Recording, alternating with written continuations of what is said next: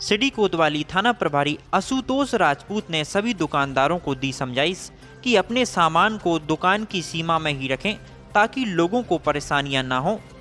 विदिशा शहर में पुलिस अधीक्षक दीपक शुक्ला के आदेश अनुसार सिटी कोतवाली टीआई आशुतोष राजपूत ने सभी दुकानदारों को दी समझाइश कि अपने सामान को दुकान के अंदर ही रखें, ज़्यादा रोड पर ना रखें ताकि अपने आने जाने वाले लोगों को समस्याएं न हो। वहीं दूसरी ओर बिना हेलमेट वालों पर भी और साथ ही बुलेट के साइलेंसर पर भी कार्रवाई की। विदिशा से संवाददाता संजीव साहू की खास रिपोर्ट। रेडी सर, आज जो सड़क सुरक्षा सप्ताह के अंतर्गत कार्रवाई की गई है उसके बारे में जानकारी चाहते हैं। श्रीमान पुलिस अधीक्षक द्वारा निर्देशित किया गया है कि सड़क सुरक्षा सप्ताह के अंतर्गत लगातार कार्रवाई करें और इस दौरान जो शराब पीकर वाहन चलाने वाले हैं उन पर 2 गाड़ियाँ जब्त की गई। जो बुलेट मोटरसाइकिल हैं जिन पर पटाखे फोड़ते हैं उन पर कार्रवाई की गई है। इस तरह की कार्रवाई निरंतर जारी रहेगी और बगैर हेलमेट नाबालिग बच्चे जो वाहन चला रहे हैं उन पर कार्रवाई की गई और उनको हिदायत भी दी गई है। आमजन से भी पैदल भ्रमण के दौरान अनुरोध किया गया व्यापारियों से कि अपनी अपनी हद में अपना सामान रखें जिससे कि यातायात सुचारू रूप से संचालित हो। मुख्य बाजार में भ्रमण किया गया आज और ऐसी कार्रवाई निरंतर जारी रहेगी। मेरा आपके माध्यम से भी अनुरोध है, सभी यातायात नियमों का पालन करें, हेलमेट लगाएं, सीट बेल्ट लगाएं और सभी अपना और अपने परिवार का ध्यान रखें। ठीक है सर,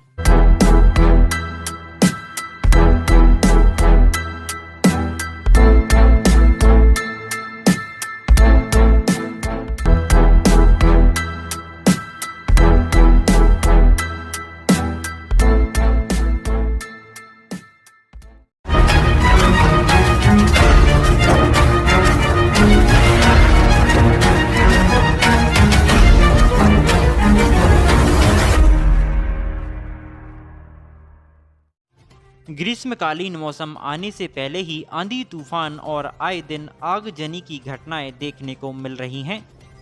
बीती रात रायसेन जिले के ग्राम बहेड़िया में निवासरत कुछ लोगों के मकान में आग लगने से 10 टैंक भूसा और मोटरसाइकिल सहित 2 लाख रुपए नकदी एवं अन्य घरेलू सामग्री जलकर राख हो गई। ग्रामीणों की माने तो आगजनी के दौरान दमकल की गाड़ी लगभग 3 घंटे की देरी से पहुंची, जब तक आग बहुत ही भयानक हो चुकी थी। ग्रामीणों की मदद से आग पर काबू पाया गया। वहीं ग्रामीणों ने नकतरा चौकी पर दमकल वाहन की मांग की है ताकि भविष्य में ऐसी घटनाओं पर तुरंत काबू पाया जा सके। सांचेत से अरुण कुमार शास्त्री की यह खास रिपोर्ट। नुकसान हो गया और अभी तक फायर ब्रिगेड आज पहुंची हुई है यहाँ पे। पूरे गाँव वालों ने मिलकर आग को कंट्रोल किया है। फिलहाल पूरी तरह से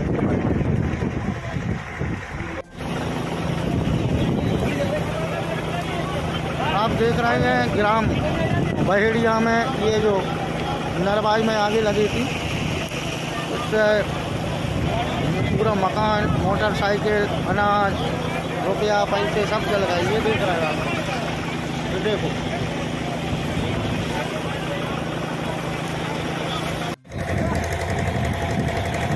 ग्राम बहेड़िया में मशीन मीणा जी के मकान में आग लग जाने के कारण लाखों का नुकसान। आप देख रहे हैं ग्राम बहेड़िया में मशीन मीणा जी, विशाल मीणा जी के मकान में आग लगने के कारण मोटरसाइकिल, अनाज, कपड़े, लाखों की व्यवस्था जलकर खाक हुई।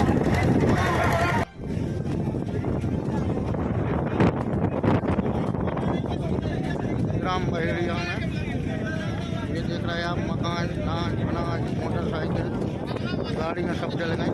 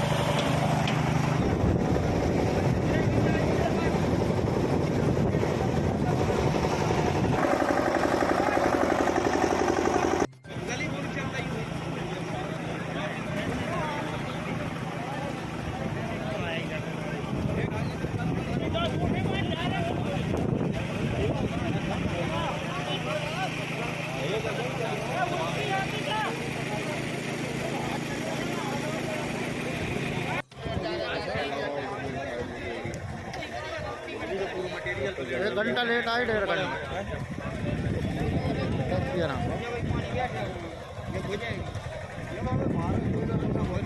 लकड़ी बैठी ना, लकड़ी में लकड़ी पूरा लगेगी।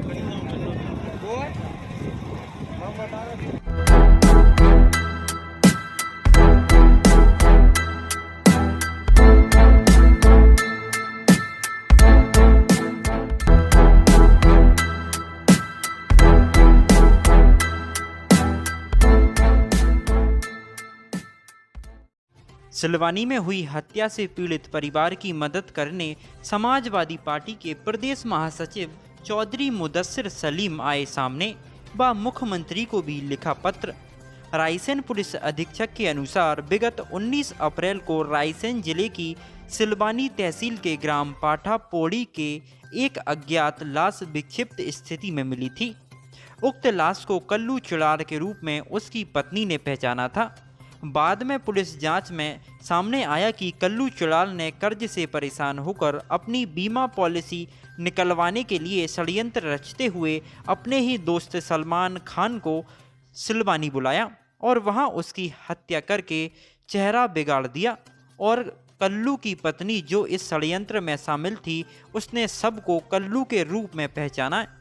आपका मोहम्मद सालिम, कहाँ निवास करते हैं आप? डावर। क्या घटना घटित हुई थी, क्या मामला था आखिर? घटना घटित ये हुई थी कि मामला कुछ भी नहीं था ऐसा, कोई लेना देना भी नहीं था उसका, बहुत साफ सुथरा लड़का था। भोपाल से वो नौकरी का कहकर उन्होंने ले गया सिलवानी लेकर गया। तो कौन लेके गया? ये कल्लू चढ़ा। कब लेके गया? ये ले गया तो 19 तारीख को। 19 तारीख को फिर क्या हुआ? हमें जैसे ही मालूम चला, हम भोपाल पहुंचे, थाने निशातपुरा, वहाँ से हमने फ़ोन लगवाया और फोटो डलवाने के बाद जैसे ही फोटो देखे हम सिलवानी पहुंचने के बाद हम थाने पहुंचे तो वहाँ उनसे टीआई साहब से मुलाकात हुई। बात होने के बाद उन्होंने बताया कि ऐसा हुआ है ये, और उसके बाद हम बरगढ़ से उसे निकलवा के कब्रिस्तान ले गए, वहाँ जाके हमने उन्हें दफनाया। क्या हुआ था कुछ तो बताया होगा, टीआई साहब से आपने बातचीत करी होगी? मौत कैसे हुई? क्या घटना? टीआई साहब ये बता रहे थे कि उन्होंने कहा कैमरा फुटेज भी ली। कैमरा फुटेज लेने के बाद ये कह रहे थे ये दोनों कल्लू चढ़ार और ये दोनों जने पैदल यहाँ से सिलवानी से आगे 9 किलोमीटर तक गए। वहाँ जाने के बाद इसने गले से रुमाल डाला गले में, गला दबाया उसका और पत्थर से सर पूरे चेहरा कुचल दिया। किसका क्या नाम था? मोहम्मद सलमान का, मेरे भाई का। जी। फिर पुलिस प्रशासन ने क्या उसमें क्या कार्रवाई करी क्या नहीं? कार्रवाई करी उनने, बहुत सही करी कार्रवाई। तो उनने बहुत पूरा सहयोग करा, उनका सहयोग रहा अपने साथ, सब कुछ उनने सही करा। किस पर कार्रवाई हुई है? कौन है आप लोग? कल्लू चढ़ा रहे और उसकी बीवी है और उसका भाई है, तीनों पे सजा भी हो गई। अच्छा, अब क्या चाह रहे हैं आप?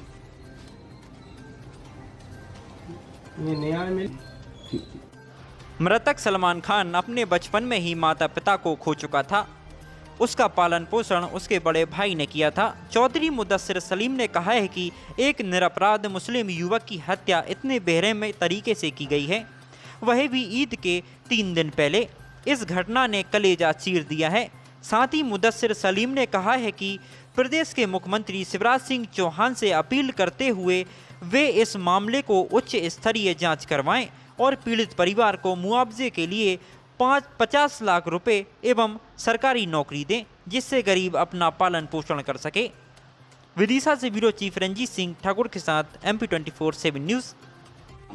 मैं चौधरी मुदस्सिर सलीम, प्रदेश महासचिव समाजवादी पार्टी से। मुझे सूचना कुछ समय पहले मीडिया पे कुछ खबर चली थी, क्या मामला था? वो मामला इनका ही था क्या? जी, उन्हीं के भाई हैं ये। जी। जो लड़का था सलमान नाम का शख्स था, जिसकी निर्मम हत्या हो गई, और उसके विषय में मैंने माननीय मुख्यमंत्री महोदय को ये पत्र भी जारी करा है, क्योंकि हम समाजवादियों का हमेशा ये विचार रहा है समाज के अंतिम आदमी को इंसाफ मिले। तो मैंने उसी इंसाफ की कड़ी में जो सलमान की निर्मम हत्या की गई है उसकी निष्पक्षता जांच हो। उसमें हालांकि अपराधी 3 जो आरोपी थे वो पकड़ाए गए और प्रशासन का बहुत अच्छा परफॉर्मेंस भी रहा उसमें, लेकिन मैं ये चाहता हूँ कि इनके भाई को अच्छा मुआवजा सरकार की तरफ से मिले और सरकार की तरफ से कोई, क्योंकि इनके माता पिता बचपन में ही जा चुके थे और इनके घर का पालन पोषण की व्यवस्थाएं के हिसाब से इनको सरकारी नौकरी सरकार मुहैया कराए और इनकी व्यवस्थाएं जो भी ज़रूरतमंद चीज़ें हैं वो इनकी व्यवस्थाएं कराए और इनके लिए न्यायपूर्वक कार्रवाई हो। पुलिस ने कार्रवाई आरोपियों पे तो कर दी है, पुलिस प्रशासन को आप क्या संदेश देना चाहेंगे इस विषय में? नहीं, मैं इस संदेश में मुझे बहुत ज़्यादा माननीय वहाँ के पुलिस अधीक्षक साहब ने जो खुद भी पीसी करी है उसमें मैंने कहा ना अभी आपसे कि बहुत अच्छा परफॉर्मेंस रहा प्रशासन का, बहुत ही अच्छा परफॉर्मेंस रहा, तारीफ भी करूँगा इस चीज़ की। लेकिन मैं ये चाहता हूँ कि शासन भी इनके जो इनके भाई हैं उनको सरकारी नौकरी मुहैया कराएगा तो उनके ऊपर जो जिम्मेदारी है परिवार की, क्योंकि इनकी 2 सिस्टरें भी हैं जी और ये इनसे छोटा भाई भी है, क्योंकि ये 3 भाई थे और बचपन में ही माता पिता गुजर गए थे, तो अब पूरी जिम्मेदारी इनके कंधों पे आ चुकी है। तो परिवार की जिम्मेदारी को निभाने के लिए सरकारी कोई ऐसी व्यवस्थाएं इनकी हो जाए ताकि इनका परिवार का पालन पोषण बेहतरीन तरीके से चल सके। यही हम समाजवादियों ने हमेशा समाज के अंतिम के आदमी के लिए लड़े हैं, ज़मीन पे भी और हमारे नेता संसदों में भी लड़े हैं इसी के लिए। ठीक है, बहुत बहुत धन्यवाद।